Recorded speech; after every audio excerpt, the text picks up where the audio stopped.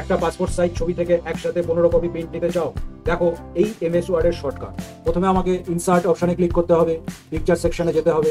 এখান থেকে আমি যেই পিকচারটাকে পাসপোর্ট সাইজ করতে চাই সেই পিকচারটাকে আমি এখানে ইনসার্ট করব। ইনসার্ট করার পরে পাসপোর্ট সাইজের ছবির যে সাইজ হয় সেই সাইজটা আমাকে এখানে মেনশন করে দিতে হবে। তো পাসপোর্ট সাইজের জেনারেলি সাইজ হয় 3.5 সেন্টিমিটার থেকে এরকমই হয় 3.5 সেন্টিমিটার মতো। এইভাবে আমার এই ছবিটা তাহলে এখানে পাসপোর্ট সাইজের ছবিটা চলে আসলো। এবার আমায় কি করতে হবে, নিচে কার্সারটাকে ক্লিক করতে হবে, ক্লিক করে ইনসার্টে যেতে হবে, গিয়ে টেবিল অপশান চুজ করতে হবে। টেবিল অপশানে চুজ করে এখান থেকে আমি যে কটা আমি প্রিন্ট নিতে চাই সে কটা আমি এখানে সাজিয়ে দিলাম। সাজিয়ে দেওয়ার পরে এই পাসপোর্ট সাইজ ফটোটার উপরে ক্লিক করে কন্ট্রোল এক্স প্রেস করতে হবে।